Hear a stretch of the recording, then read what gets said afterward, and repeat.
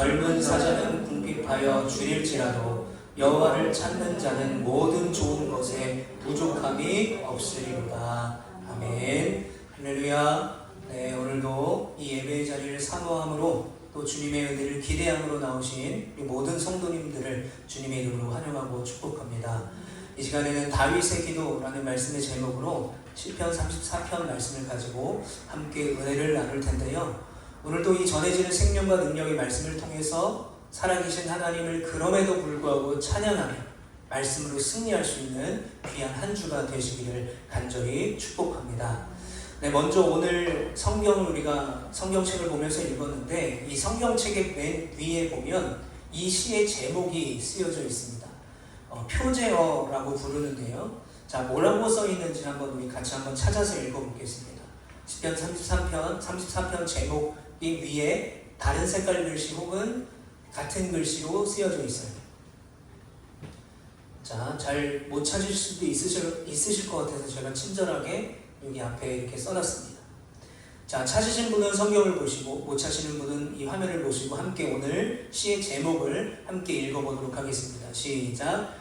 다윗이 아비멜렉 앞에서 미친 채 하다가 쫓겨나서 지은 시. 네, 오늘 이 시편의 제목은 다윗이 아비멜렉 앞에서 미친 채 하다가 쫓겨나서 지은 시입니다. 우리는 다윗이 가드에 있는 아기스 왕에게 가서 미친 척을 했다는 것을 우리는 성경을 통해서 사무엘상 말씀을 통해서 알 수 있어요. 자, 그런데 오늘 시편에서는 아비멜렉이라고 부르는데 이게 다른 사람이 아니라 보통 블레셋에서는 왕을 아비멜렉이라고 불렀다고 합니다. 우리가 이제 이 이집트의 왕을 바로라고 통칭하는 것처럼 아비멜렉은 왕의 이름을 통칭하는 거예요. 그래서 아기스 왕을 그냥 아비멜렉이라고 표현하고 있는 것입니다. 그래서 한 번 더 말씀을 드리면 다윗이 가드왕 아기스 앞에서 미친 채 하다가 쫓겨나서 지은 시가 바로 오늘 시편 34편입니다.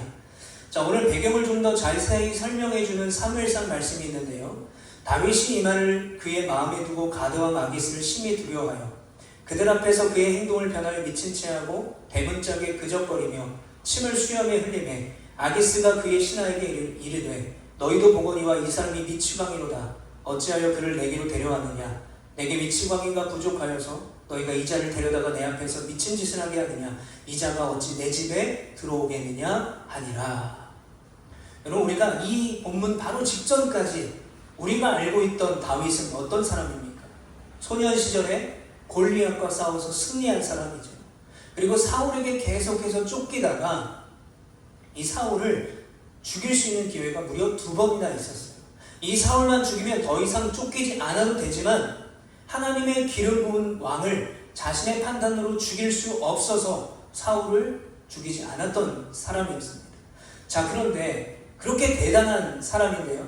그 다윗이 지금 어떤 상황입니까? 사울에게 계속 쫓기다가 결국은 블레셋 땅까지 가게 된 거예요. 가드왕 아기스 왕에게 가게 되는 곳입니다. 그런데 이곳이 어디냐? 바로 골리앗의 고향이에요. 그러니까 골리앗의 죽음 때문에 아기스 왕은 굴욕을 맛봤어요.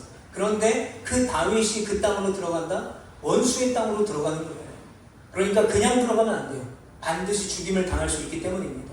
그래서 다윗이 선택한 것은 뭡니까? 미친 척한 거예요.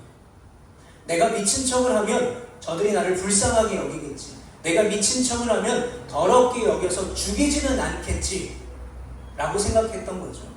자, 그러자 가드왕 아기스가 그 전략에 걸려들어요. 여기서 미치광이 미친 짓, 계속해서 미치다라는 말이 나오는데 왜 나에게 이 미친 사람을 데려왔냐? 쫓아내라 라고 명령합니다. 자, 방법이 어쨌든 이렇게 다윗은 사울에게서도 도망갔고 아기스 왕에게도 죽임을 당하지 않고 목숨을 유지할 수가 있었습니다. 자, 이제 오늘 본문 4절과 6절을 보도록 하겠습니다. 내가 여호와께 간구하매 내게 응답하시고 내 모든 두려움에서 나를 건지셨도다. 이 곤고한 자가 부르시매 여호와께서 들으시고 그의 모든 환난에서 구원하셨도다. 사실 이 다윗이요, 사울을 피해서 이 블레셋에 간 것은 좋은 선택이 아니었어요. 하나님께 묻거나 하나님께 응답을 받았거나 하나님이 가라고 한 선택이 아니었습니다. 사울이라는 그리고 죽음이라는 절대적인 두려움 앞에서 블레셋이라는 나라를 의지했던 것이고 아기스라는 왕을 의지했던 거예요. 게다가 하나님의 기름 부음 받은 자가 목숨을 부지하기 위해서 미친 척을 한다는 것은 그것도 잘한 행동이 아닙니다.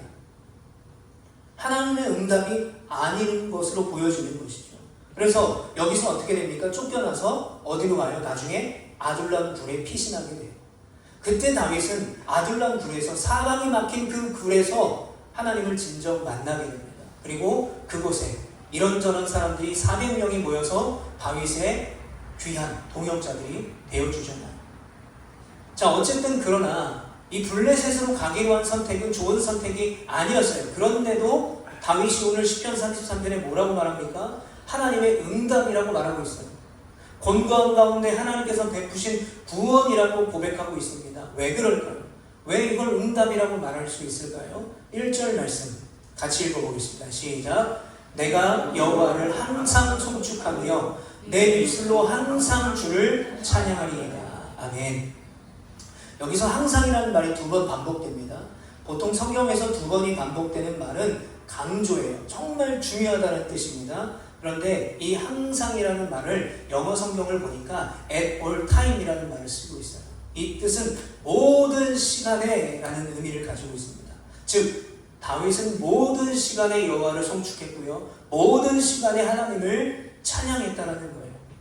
그러니까 아비멜렉에게 인질로 잡혀서 죽을 뻔한 상황 속에서도 사울에게 정말 몇십 년 동안 쫓기던 그 상황 속에서도 지금 살기 위해서 미친 척을 하고 있는 그 순간에도 여전히 하나님을 찬양했다는 고백입니다. 여러분, 제가 이제 지금까지 저희 짧은 삶 속에서 정말 큰 수술도 해보고 또 아주 작은 시술을 정말 많이 해봤어요. 그래서 어떤 분들은 저에게 이렇게 말합니다. 수술도 많이 했고 작은 시술도 많이 받으셨으니까 이제 그런 거 전혀 안 무섭겠네요? 라고 하시는 분들이 계세요. 근데 사람이요, 아무리 많이 경험해도 이 두려움 앞에서는 어쩔 수 없는 것 같아요. 여전히 무섭습니다. 제가 응급으로 투석할 일이 좀 생겼던 일이 몇 번이 있는데, 보통 투석을 하려면 이 혈관을 만들어서 이 혈관을 혈류를 빠르게 해서 만들어야 돼. 그게 며칠 걸립니다. 그러니까 원활한 투석을 하기 위해서 이 팔의 혈관을 만들려면 일주일 정도의 시간이 필요해요. 응급을 할 때는 어떻게 하냐? 여기 안에 있는 정맥에다가 카테타를 삽입해서 2줄로 빼서 하나는 피를 걸러내고 하나는 피를 넣어주는. 그런데 이 시술을 할 때마다 너무 무서운 거예요. 왜냐면 부분 마취를 해요. 그러니까 이게 수술 때 딱 누우면 조명이 영화 같은 거나 드라마 같은 거 보면 조명이 팍 들어오잖아요. 그리고 여기에 옆으로 이렇게 누우라고 하고 여기에 그 초록색 천, 병원에 쓰는 거 아시죠? 제가 지금도 싫어하는데 그 초록색 천을 여기다 덮습니다. 그러면 그 초록색 천이 여기 가운데 구멍이 나 있으니까 여기만 메스로 쫙 갈라서 시술을 해야 되는 거예요. 근데 문제는 부분 마취를 했으니까 이 시술을 도와주는 의사 선생님들이 온갖 잡담이 다 틀려요. 오늘 점심 얘기, 일상 얘기, 이따가 뭐 타고 가고 저녁에 뭘 먹어야 되고. 저는 막 무서워 죽겠는데 이분들은 자기 일상 얘기를 자연스럽게 하는 거예요. 그걸 듣고 있는데 여기 마취를 주사를 한 3개를 놓습니다. 그리고 메스로 쫙 이렇게 하는 느낌이 안 나요. 마취가 됐으니까 아프지도 않으니까. 근데 이 뜨뜻한 피가 흐르는 느낌이 나요. 정작 시술을 할 때는요 아프지 않아요. 하나도 안 아파요. 물론 하고 나서 마취가 풀리면 조금 뻐근하지만 안 아픈데 문제는 뭐냐면 두려움이 앞선다는 거예요. 통증보다 아픔보다 두렵고 무서운 게 앞서요. 여러분, 제가 이런 간단한 시술을 할 때도 사실은 두렵고 떨리는데, 그래서 제가 두렵고 떨릴 때 뭐 하냐면 이 시편 23편을 암송합니다. 여호와는 나의 목자시니 내게 부족함이 없으니까 막 암송해요. 근데 문제는요, 이 성경 암송하고 기도하면서 하나님을 바라봐야 되는데 자꾸 여기에 신경이 쓰이는 거예요. 그러다 보니까 여호와는 나의 목자시니 자꾸 틀려요. 계속 똑같은 말만 반복하고 막 성경을 웅얼웅얼거리고 있어요. 요거에 더 신경이 가 있는 거죠. 말씀으로. 이렇게 어떠한 상황 속에서 우리는 두려움을 느끼고 우리가 외우던 말씀도 잊어버리고 우리가 이때는 이렇게 해야지라고 결단하는 것도 다 잊어버리게 되는데, 하물며 적국에 원수와도 같은 그 적국 한복판에 홀로 떨어진 이 다윗은 어떤 마음이었을까요? 침을 막 흘리고 일부러 막 미친 척을 하고 대문을 막 벅벅 긁고 하던 그 순간에 다윗의 마음이 어땠을까요? 체면도 내려놓고 영웅의 자존심도 다 구겨진 그 비참한 현장에서 다윗은 그 속으로 하나님께 간절히 부르짖었던 거예요. 그 가운데서도 하나님의 이름을 찬양했던 거죠. 그게 바로 1절의 고백입니다. 항상 내가 주를 송축했다. 그래서 이것도 하나님의 구원하십니다 라고 고백할 수 있었던 거죠. 그렇다면 다윗은 이 두려움 속에서 어떻게 주님을 바라볼 수 있었을까요? 어떻게 그게 가능했을까요? 바로 그만큼 하나님을 신뢰했던 거예요. 그 두려움보다, 그 어떤 안 좋은 상황보다 하나님을 더 신뢰했던 거예요. 골리앗 앞에 섰을 때도, 사울에게 쫓길 때도 여전히 하나님을 찬양했고 여전히 하나님을 신뢰했기 때문에 고백할 수 있었던 것입니다. 자, 6절과 7절. 이 곤고한 자가 부르짖음에 지금 죽을 수 있는 위기 가운데 있죠. 이 곤고한 자가 부르짖음에 여호와께서 들으시고 그의 모든 환난에서 구원하셨도다. 여호와의 천사가 주를 경외하는 자를 불러 진치고 그들을 건지시는도다. 아멘. 여러분, 하나님 앞에 다윗은 항상 찬송했지만 다윗이 또 하나 한 것이 있었어요. 뭐예요? 곤고한 자가 부르짖음에 여호와께서 들으시고 바로 기도했던 거예요. 찬양과 기도로 나아갔던 것이죠. 그래서 여호와의 천사가 어떻게 했다고요? 자기를 둘러서 진을 치고 어떤 악한 손길에서도 구원하셨다라고 믿음으로 고백할 수 있었던 거예요. 왜요? 찬양했기 때문에, 기도했기 때문에, 그 선하신 하나님을 신뢰하는 모든 것을 맡겼기 때문에 구원은 이미 누구에게 가 있어요? 구원의 영역은 하나님께 가 있기 때문에 하나님이 하셨다라고 증언하는 것입니다.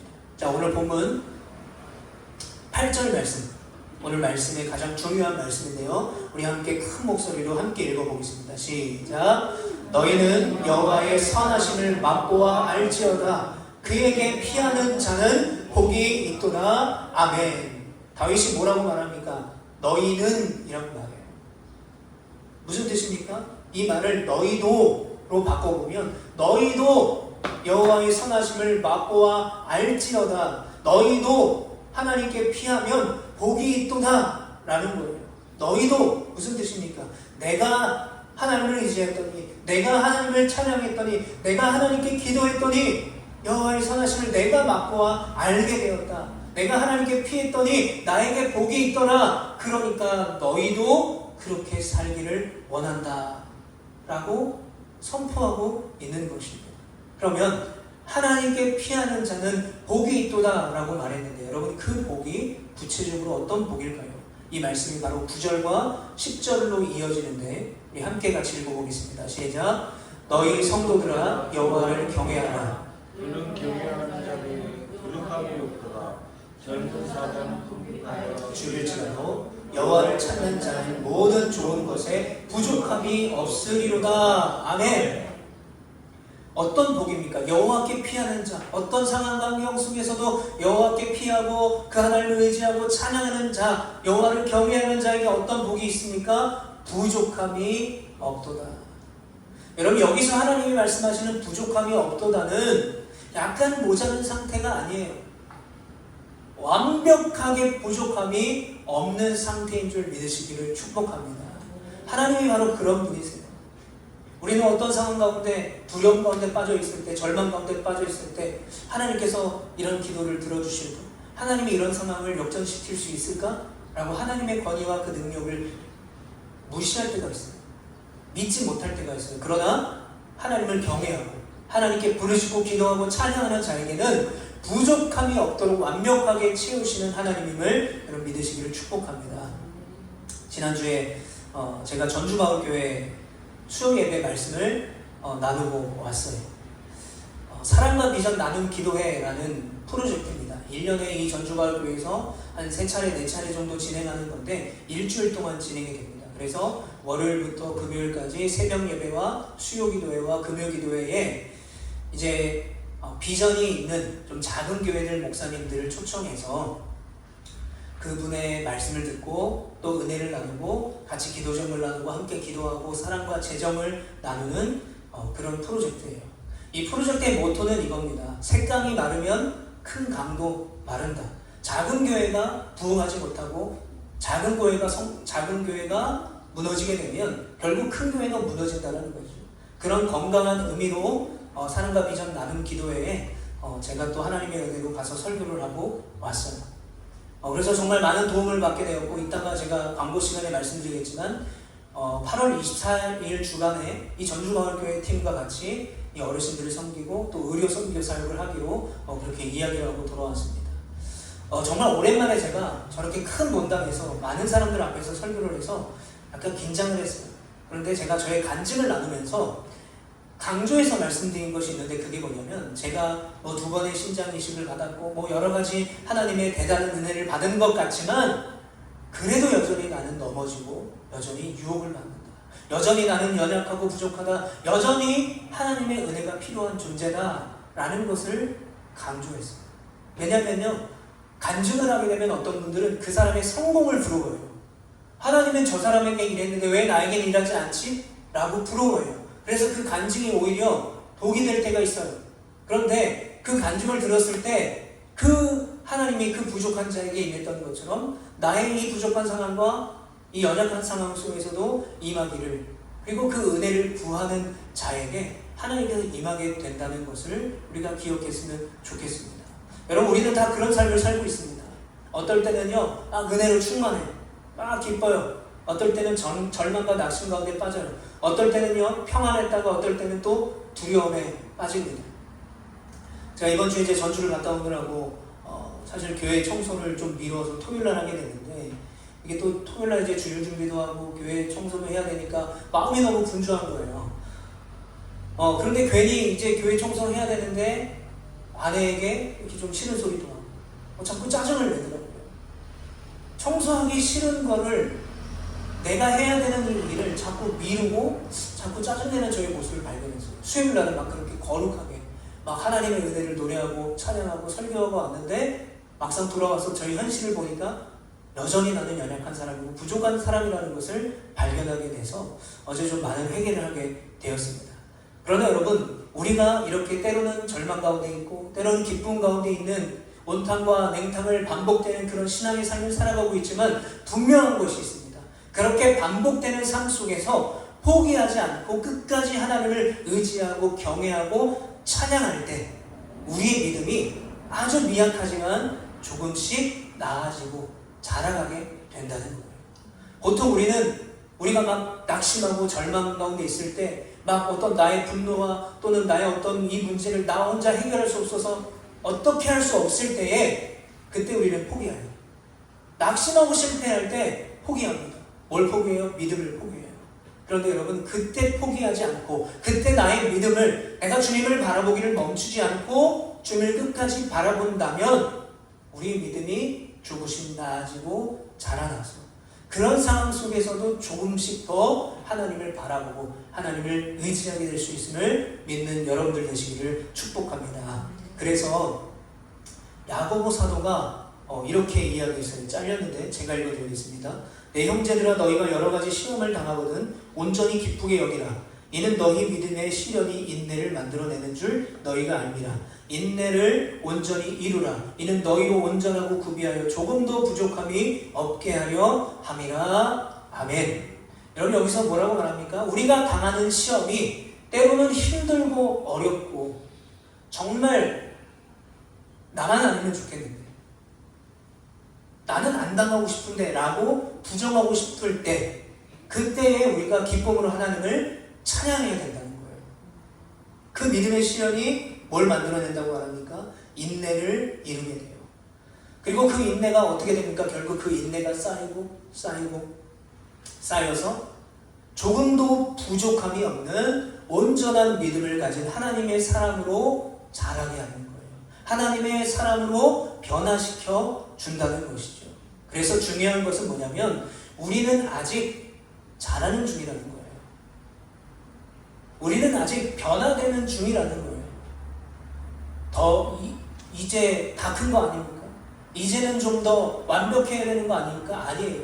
우리가 하나님 나라 가는 날 그날까지 뭐 어떤 직분을 가지고 어떤 신앙의 연수를 가지든 우리는 계속해서 자라는 중이라는 사실을 기억하면 좋겠습니다.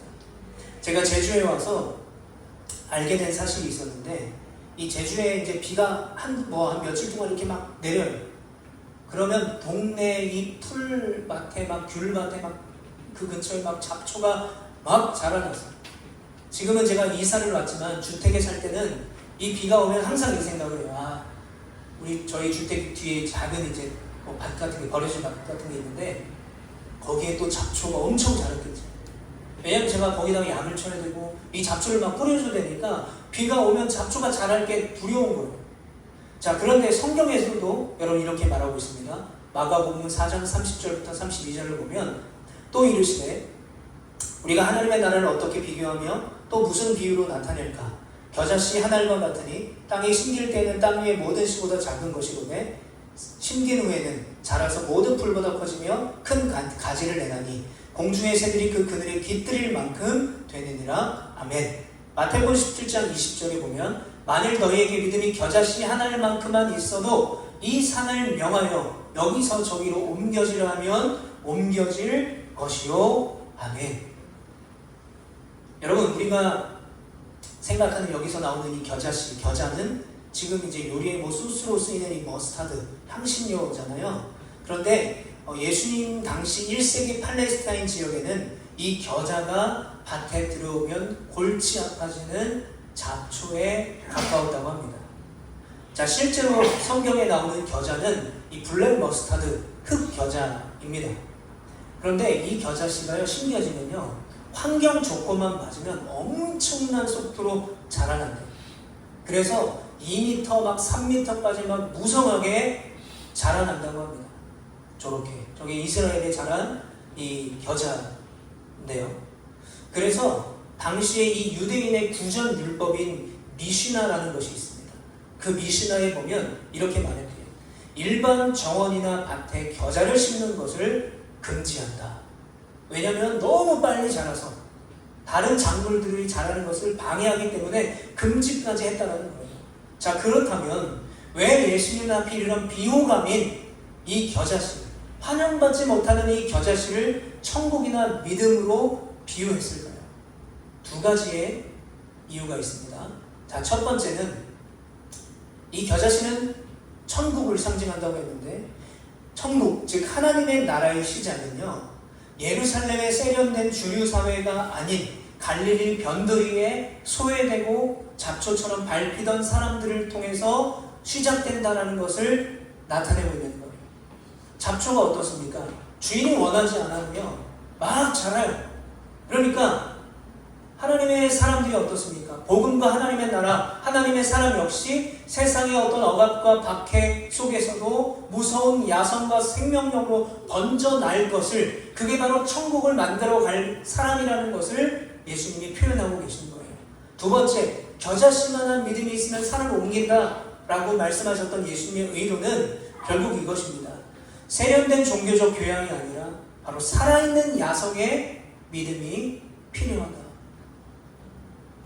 당시에 이 바리새인이나 종교 지도자들의 믿음은요, 온실 속의 화초 같았어요. 그냥 겉에만 화려한 백향목 같았습니다.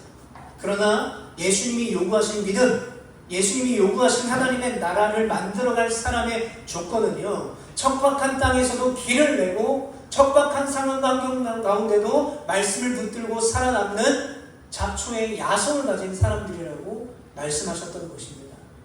세련되거나 거창하지 않아도 어떤 환경 속에서도 귀엽고 마침내 믿음의 싹을 틔우고 가는 생명력, 그 자체가 바로 진짜 믿음이다. 그런 믿음을 가진 사람이 하나님의 나라를 세워가는 거다라고 주님이 말씀하셨던 것입니다. 자, 그래서 오늘 본문 19절부터 20절에 뭐라고 말합니까? 우리 한번 같이 읽어보겠습니다. 시작. 의인은 고난이 많으나 여호와께서 그의 모든 고난에서 건지시는도다. 그의 모든 뼈를 보호하시며 그 중에서 하나도 꺾이지 아니하리라. 아멘. 뭐라고 말합니까? 의인은 고난이 많다는 거예요.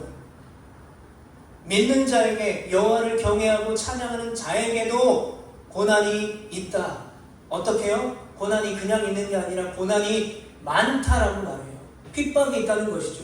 하나님의 백성이 되었다고 거룩한 삶을 사는 믿음의 사람이라고 고난과 고통이 없지 않다는 거예요.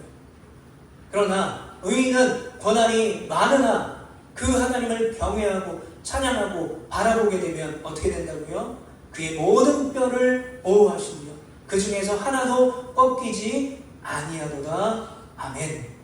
여러분, 고난이 많은 믿는 자의 삶을 사는 우리에게 반대로 주어지는 특별한 은혜가 있어요. 바로 그의 모든 뼈를 보호하시고 그 중에서 하나도 꺾이지 아니하게 하시는 주님의 보호하심을 여러분 믿으시길 축복합니다. 22절에도요 이렇게 말합니다. 여호와께서 그의 종들의 영혼을 속량하시나니 그에게 피하는 자는 다 벌을 받지 아니하리로다. 고난은 많으나 고통은 많으나 핍박은 많으나 하나님을 여전히 경외하고 바라보는 자에게 어떤 은혜가 있습니까? 영혼을 속량하시고 하나님 앞에 피하는 자 모든 벌을 받지 않는다고 말씀하셨어요. 여러분, 이미 우리는 이 은혜를 경험했어요. 이 은혜를 경험했기 때문에 우리가 이 자리에 있는 거예요. 이 은혜가 아니고서는 우리가 이 자리에 나올 이유도 없고요. 억지로 이 자리에 나올 필요가 없어요. 그 은혜가 어떤 은혜입니까? 바로 예수님의 십자가의 은혜라는 거예요. 여러분, 예수님의 십자가야말로 가장 큰 여호와 하나님의 선하심을 보여주는 증거가 되는 것을 여러분 믿으시길 바랍니다. 그 십자가야말로 우리에게 있어서 가장 큰 은혜이며 축복임을 믿는 여러분 되시기를 축복합니다. 그래서 오늘 본문의 다윗이 말하는 거예요. 내가 지금 아기스 왕에서 살려고 미친 척하고 좀 있으면 이제 아둘람불에 갇히는 신세가 되고 여전히 장인인 사울에게 쫓기는 신세로 고통받고 있지만 뭐라고 말하는 거예요? 예수님을 믿음으로 구원받은 성도여 하나님께 더 가까이 나아가라. 더 가까이 가서 여호와의 선하심을 맛보고 알고 그 선하심을 전하라 라고 지금 이 말씀을 나누는 저에게 여러분들에게 선포하고 있는 것입니다. 우리 한번 따라해 보겠습니다. 하나님의 선하심을 맛보아 알지어다. 그 선하심을 전할지어다. 아멘. 이제 말씀을 정리하겠습니다. 사랑하는 성도 여러분, 이번 한 주간 어떤 두려움과 고난이 우리를 찾아올지 몰라요. 그런데 여러분, 이 고난과 어려움은요 큰 것으로 오지 않아요. 아주 사소한 것으로부터 시작이 됩니다. 마귀는요 이걸 노리는 거예요. 아주 사소한 욕심, 아주 사소한 이기심, 아주 사소한 나의 본능, 그것을 틈타서 결국 죄를 짓게 만들어요. 왜 죄를 짓게 만듭니까? 마귀의 목적은 단 하나예요.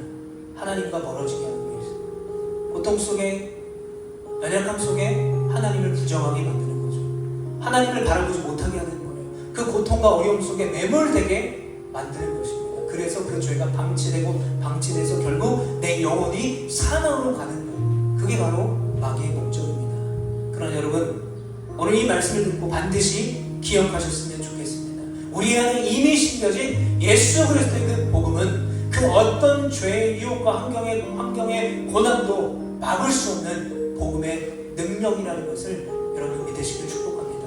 한 주간 우리를 찾아오는 고난과 고통, 아주 사소한 어려움, 또 나를 둘러싼 여전히 해결되지 않는 수많은 문제 다 포기하고 내려오고 싶어지는, 왜 나만 이렇게 살아야 되냐는 그런 한숨 앞에서 내 힘으로는 내 안에 돋아는 그 욕심과 욕망을 이길 수 없다는 것을 먼저 깨달아야 돼요. 그리고 내가 할 수 없다는 것을 깨닫고 그 하나님을 바라봐야 되는 것입니다. 그 하나님을 의지해야 되는 것이고 그 하나님을 찬양해야 되는 것입니다. 여러분, 내 힘으로 버틸 수 없을 때마다 가장 선하고 강한 피난처 되시는 십자가 그늘 아래 피하는 여러분 되시길 축복합니다.